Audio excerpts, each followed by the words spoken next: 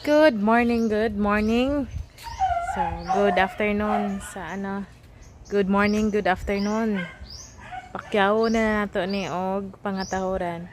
So, may i-flex ako today na pinaka-simple setup ng ating DAIS 17V Traptonic 4x4. So, dalawang unit po ito. Dalawang unit po ito bound to Mindanao. Kaso, yung isang unit is may konting problema. So, hindi siya masabay dito. So, unahin natin pag-release ang isa para luwag-luwagan ng ating shop at hindi na natin ito iisipin goods na ito. Okay? So, ito po ay DAIS 17V automatic and manual or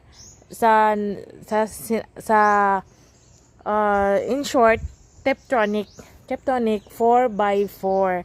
So basic to, manual yung power window, manual ang side mirror, manual ang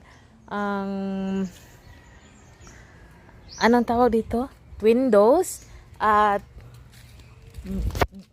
ordinary lang talaga ang mga upuan. So, may dashcam, brand new na QZY, and then bagong mating ang mga passenger dito.